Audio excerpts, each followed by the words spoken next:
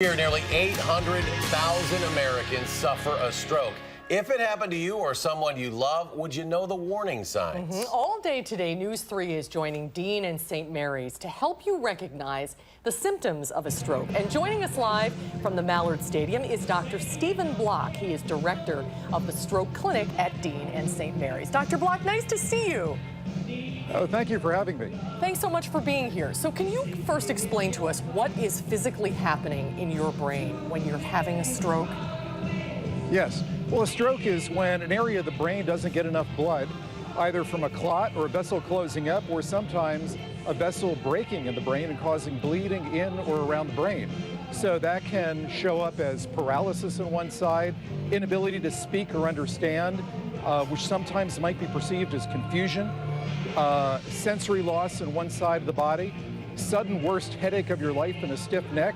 If any of those things happen, call 911 immediately because time is of the essence. Yeah, you mentioned time is of the essence. It can really be the difference between a major disability or maybe returning to normal life. Absolutely, because we have treatments that can, if we catch a stroke early enough, we can be able to stop it in its tracks in some patients, and in some patients help them come back to a functional lifestyle. We lose about 1 billion brain cells every minute that the brain is deprived of oxygen. Wow. Do you know how you can determine if you're at risk for something like this? What your risk factors are for having a stroke? Well, you know, one of the biggest risk factors is untreated high blood pressure. We don't feel badly when we have high blood pressure. So it's important to get your blood pressure checked, have your regular physical checkups. The other thing are obvious things, but they're really important.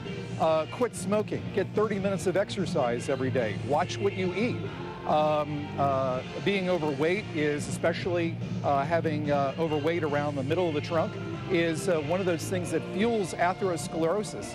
So smoking, diabetes control, blood pressure control, getting daily exercise, making sure that our kids, because atherosclerosis starts in youth, making sure our kids are eating properly and getting a good amount of exercise. It's one of the best legacies we can leave our children and our grandchildren, is to make sure that they know how to live a healthy lifestyle. Well, Dr. Block, we appreciate it. I was out of the event earlier today. It has been great partnering with you guys on this very important issue. Thank you very much for joining us. Thank you for having me. All right, Dr. Good to see you. Block. Thank you so much for being here. Thank you so much.